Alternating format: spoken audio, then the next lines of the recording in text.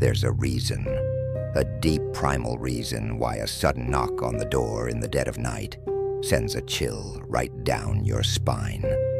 Tonight, we're leaning into that specific fear. I have 2 stories for you, both allegedly true, sent in by viewers just like you, about a knock at the door after midnight. But I have to warn you, the second and final story, that's the one that truly reveals what's lurking on the other side.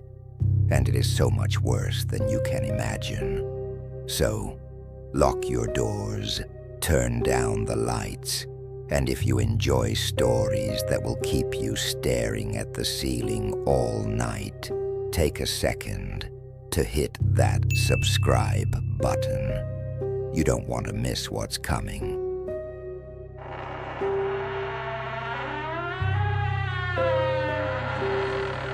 Enter if you dare. Exit if you can.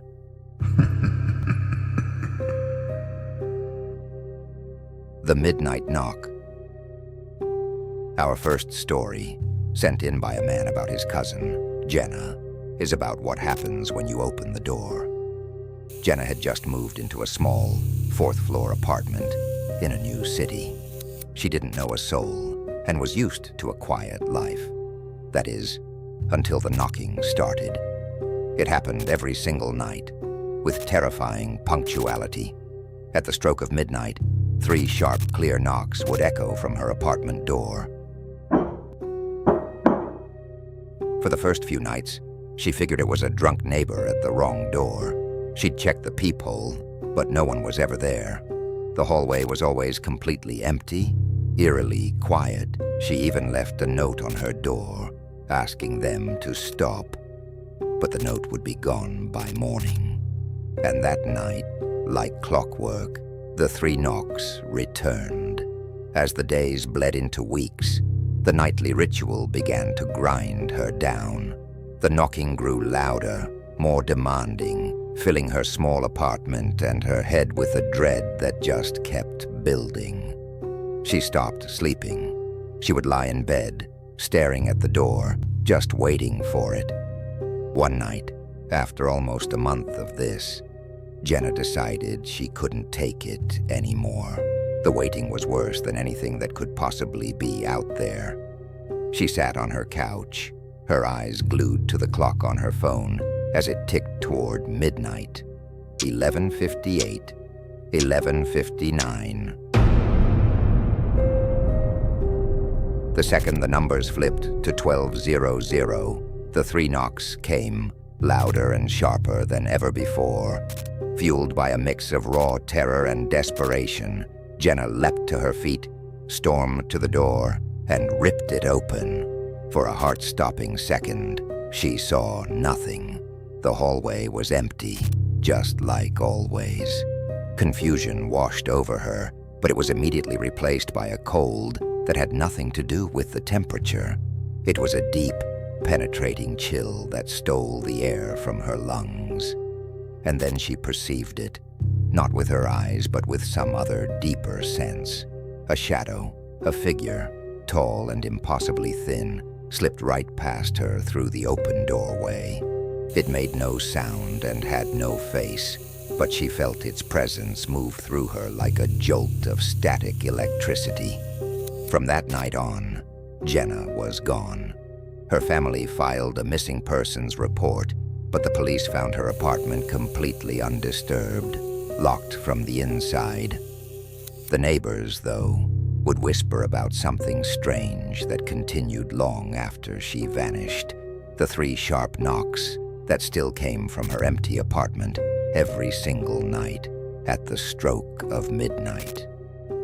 Before we get to our second and most terrifying story, the one that really reveals what's waiting for you, if Jenna's story sent a chill down your spine, do me a favor and hit that like button.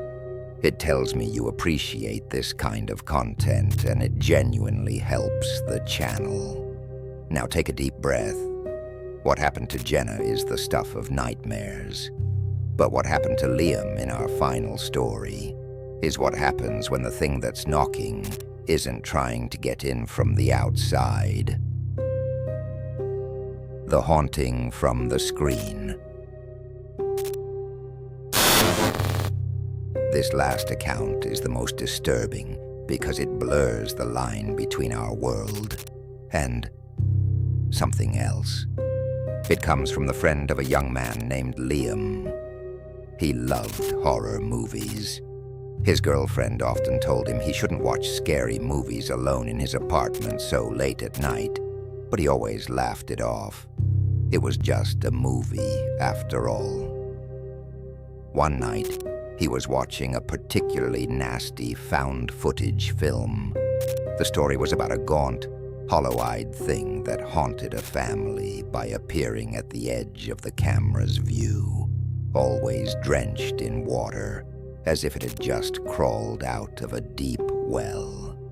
As the movie neared its climax, Liam felt a strange, creeping sensation.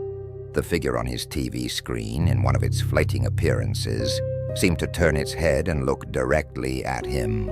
A slow, evil smile spread across its pale face. Liam shook his head, trying to clear the image. A trick of the light. Clever filmmaking. Then his phone buzzed on the arm of the couch. He picked it up, assuming it was his girlfriend. It was. But the message she sent made his heart stop. It read, "I told you I was close. Now open the door." A cold dread washed over him. It had to be a joke.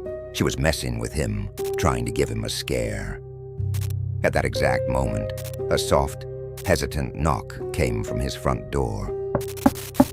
He felt a strange sense of relief. It was her. He got up, a nervous laugh escaping his lips, ready to tell her she'd gotten him good. But as he walked toward the door, he felt an unnatural pull, an invisible force compelling him forward. It wasn't his own will anymore. His hand reached for the doorknob, his rational mind screaming at him to stop, to look through the peephole first, but he couldn't. He was a passenger in his own body. He swung the door open. Standing there on his welcome mat, lit by the dim hallway light, was the figure from the television. It was drenched, water pooling at its feet, its eyes just as hollow and black as they were on the screen. This wasn't a movie. This was real. The thing that was inside his television was now standing outside his door. It had been lurking in his home the whole time, just waiting. The figure leaned in close, and the last thing Liam ever heard was a dry, deathly whisper that smelled of stagnant water and the grave. It said, "You invited me in." The next day, Liam's girlfriend found his apartment empty. The TV was still on, hissing with static. The only other thing out of place was Liam's phone on the floor, still displaying that final, chilling message. And on the wet patch of carpet by the open door, there was a single, muddy footprint.